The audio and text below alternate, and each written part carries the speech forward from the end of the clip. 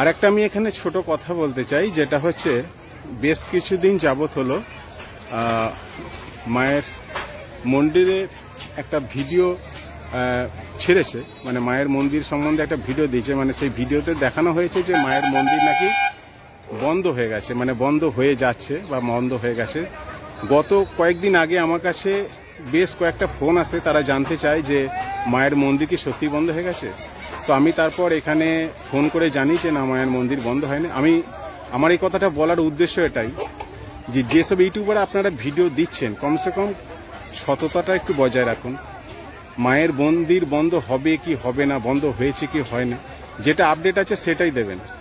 অযথা মিথ্যা পরিবেশন করা কিন্তু ঠিক নয়। আজ হয়তো আপনি যে ভিডিওটা দিচ্ছেন সেটা হয়তো আপনি ভিউজ বাড়াচ্ছেন, ঠিক আছে, কিন্তু আপনার চ্যানেলের যে সত্যতা সেটা কিন্তু নষ্ট হয়ে যাচ্ছে, পরে কিন্তু আপনি ঠকবেন।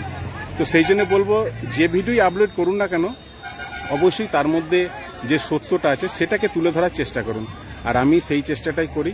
আর আমার যে অডিয়েন্স আছে, সেই অডিয়েন্সদের কাছে আমার একটা রিকোয়েস্ট যে ভিডিওটা আপনারা শেষ পর্যন্ত দেখুন, যে বর্তমান সময়ে যে আপডেটটা সেটা কিন্তু আমি ভিডিওর মধ্যে সমস্তটা তুলে ধরবো। হয়তো ভিডিওটা একটুখানি বড় হতে পারে, কিন্তু ভিডিওটা যদি দেখেন তাহলে আপনাদের যে মনের মধ্যে যে প্রশ্ন সেটা অনেকখানি কিন্তু মিটে যাবে। আর এরপরও যদি আপনাদের কিছু জানার থাকে তো অবশ্যই কিন্তু আপনারা কমেন্ট করবেন আমাকে, আমি আমার সাধ্যমতো আমি আপনাদেরকে রিপ্লাই দেবো।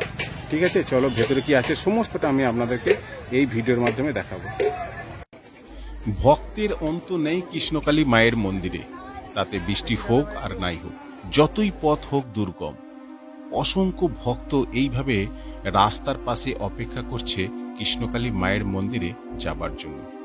আজকের দিনটা রোদ্দুজ্জ্বল হলেও কিন্তু মাঠের যে পরিবেশ বা মন্দির চত্বরের যে পরিবেশ সেটা কিন্তু বেশ দুর্গম। আমি আপনাদেরকে সমস্তটা পরিবেশন করাবো এবং সমস্তটা দেখাবো। আমি কিন্তু এখন এসেছি কৃষ্ণকালী মায়ের মন্দিরের একদম গর্ভগৃহের সামনে। প্রথমেই আমরা কৃষ্ণকালী মাকে দর্শন করব, তারপর মন্দির সম্বন্ধে নিয়ে আলোচনা এবং পর্যালোচনা করব। আপনি মন্দিরকে যতই দূর থেকে দর্শন করুন না কেন, মন্দির চত্বর কোনো দিন কোনো সময় ফাঁকা থাকে না। সেই দুর্গম পরিস্থিতিতে এসে আমি যেটা অনুভব করলাম সেটা কিন্তু বেশ ভয়ঙ্কর। মানুষের মুখ থেকে যেটুকু আমি জানতে পারলাম, তাতে করে কৃষ্ণকালী মায়ের মন্দিরে আসাটা এমন কিছু দুর্গম পথ নয়। তাতে রোদ হোক, বৃষ্টি হোক, কোনো অসুবিধা নাই। এক হাঁটু জলই হোক আর এক হাঁটু কাদাই হোক,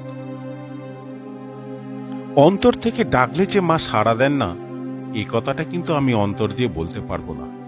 এখানকার অসংখ্য মানুষের সঙ্গে আমি যতটুকু কথা বলে বুঝতে পেরেছি, প্রত্যেকেরই মধ্যে কিন্তু একটা রয়েছে গভীর ভালোবাসা এবং তাদের বিশ্বাস যে মায়ের কাছে এলে কিন্তু তারা খালি হাতে ফিরবে না।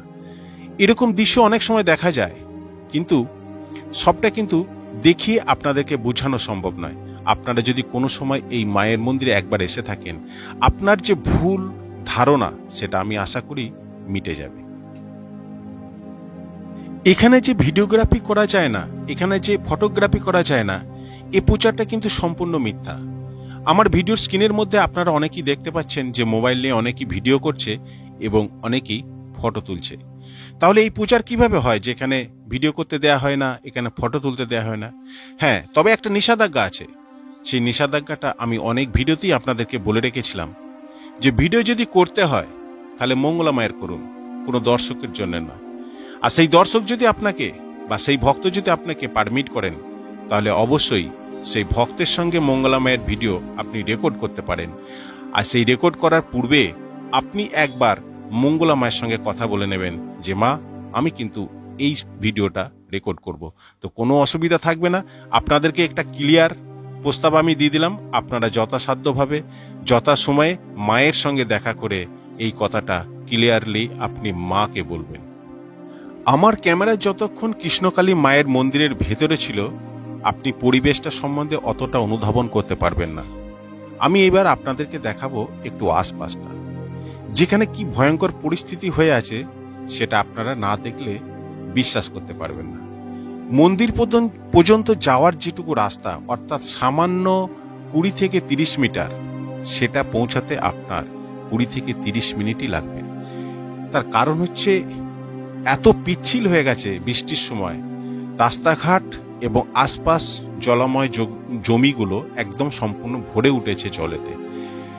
তো আপনারা যদি সেরকমই সুস্থ ব্যক্তি হন আর এই প্রতিকূলতার মাঝখানে যদি আপনারা লড়াই করতে পারেন, তাহলে কিন্তু এই সময় আসবেন। জীবন কখনো থেমে থাকে না, আর বিপদ কখনো বলে আসে না। তাই মানুষের জীবনের বিপদের যে সমস্যা, তার সমাধানের উপায়, সমাধানের পথ পাওয়ার জন্য মানুষ কিন্তু আর এই সামান্য প্রতিকূলতাটাকে এমন কিছু বাধা বলে মেনে নেয় না। মানুষ ছুটে আসে কৃষ্ণকালী মায়ের দরবারে। যে পথে ভক্তদের আগমন, আর সেই পথেই মঙ্গলা মায়ের গমন। এখানে কোনো সুপার ফেসিলিটি রাস্তা নাই, না মঙ্গলা মা সেই পথটাকে বেছে নিয়েছেন। মঙ্গলা মা জানেন যে দুর্গম পথ দিয়ে ভক্তরা এই মায়ের মন্দিরে আসছেন, সেই পথ সবার, সকলের, এবং মঙ্গলা মা স্বয়ং নিজেরও মেনে নিয়েছেন এই পথটা ওনাকেও অতিক্রম করতে হবে।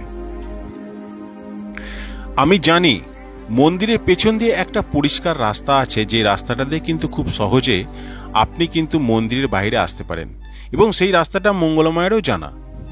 কিন্তু আমি যখন দেখলাম মঙ্গলা মা সেই কাদার উপর দিয়ে হেঁটে হেঁটে পিচ্ছিল খেতে খেতে আসছেন, আমার মনে প্রশ্ন জেগেছিল যে মঙ্গলা মা এই কাজটা কেন করছেন।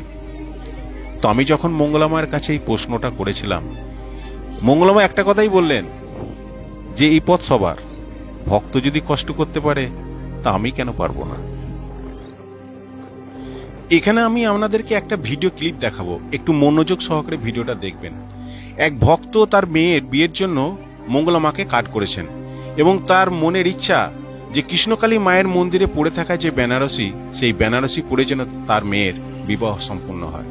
আর এই কথাটা মঙ্গলা মায়ের জানার পর মঙ্গলা মা কি করলেন বা কি বললেন, সেটা কিন্তু আমি আপনাদেরকে এই ভিডিওর মাধ্যমে দেখাবো। আপনারা সেই দৃশ্যটা একটুখানি দেখুন। মা বারবার বলছে, আমি বারবার বলে রেখে যাই, বারবার বললে আমি রেখে যাই। মা একটা মা এসেছিল, হাত তুলতে পারতো না, একবারই এসেছিল, আমি বারবার বলতে রেখে গেছিলাম। চোখ বলা হয়েছে, দুটো কিনে চোখ বলা গেছে, মাকে দিকে উপর চোখ গান করলে।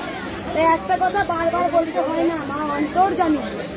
সবসময় বলি মাকে ভক্তি রাখো। দেখো মা, এত মানুষের এত উপকার হচ্ছে, এই যে প্রতিদিন এত হাজার হাজার মানুষ আছে, ওর বোকা কাঠ পাই বলে ছুটি দিতে আসে, তুমি নিজে কাঠ পেয়েছো। এই মা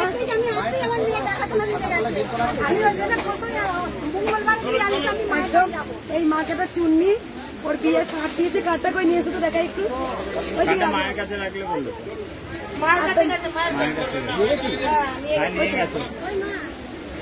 মায়ের বিয়ের কার্ড আমাকে দিয়ে গেছে, আর বিয়ের মাকে বেনারসি আর চুন্নি আমি মাকে দিলাম। এটা বিয়ের পিড়িতে বসবে, মাস মা আশীর্বাদ করুক। আর সবাই আমাকে প্রণাম করতে আসলে, আমি তো বলি প্রণাম নেবো না, তোমরা জোর করে প্রণাম করো। আমি বলি বারবার যে মাকে প্রণাম করুন, কারণ দয়াময়ী মা, মাকে প্রণাম করলে আমার, তোমরা বলো তো যে না মঙ্গলা মা আশীর্বাদ নিতে হবে, মা খুশি হয় না। আমার আশীর্বাদ তো অন্তর দিই।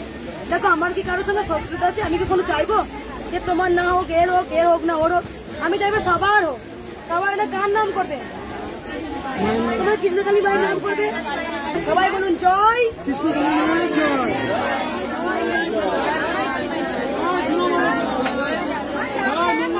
মন্দিরের ভেতরে যেমন ভক্ত, মন্দিরের বাহিরেও তেমনি ভক্ত। মঙ্গলা মাকে কাছে পেলে কেউ ছাড়তে চায় না, আর একটুখানি সুযোগ পেলে কেউ আর সরে যেতে চায় না।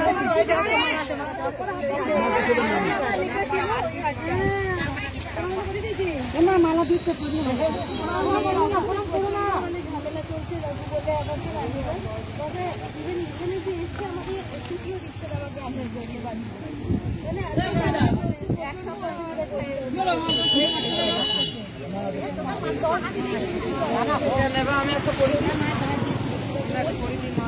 হাজারো মানুষের হাজারো সমস্যা, কিন্তু সমাধান একটাই, কৃষ্ণকালী মায়ের নাম জপ করা।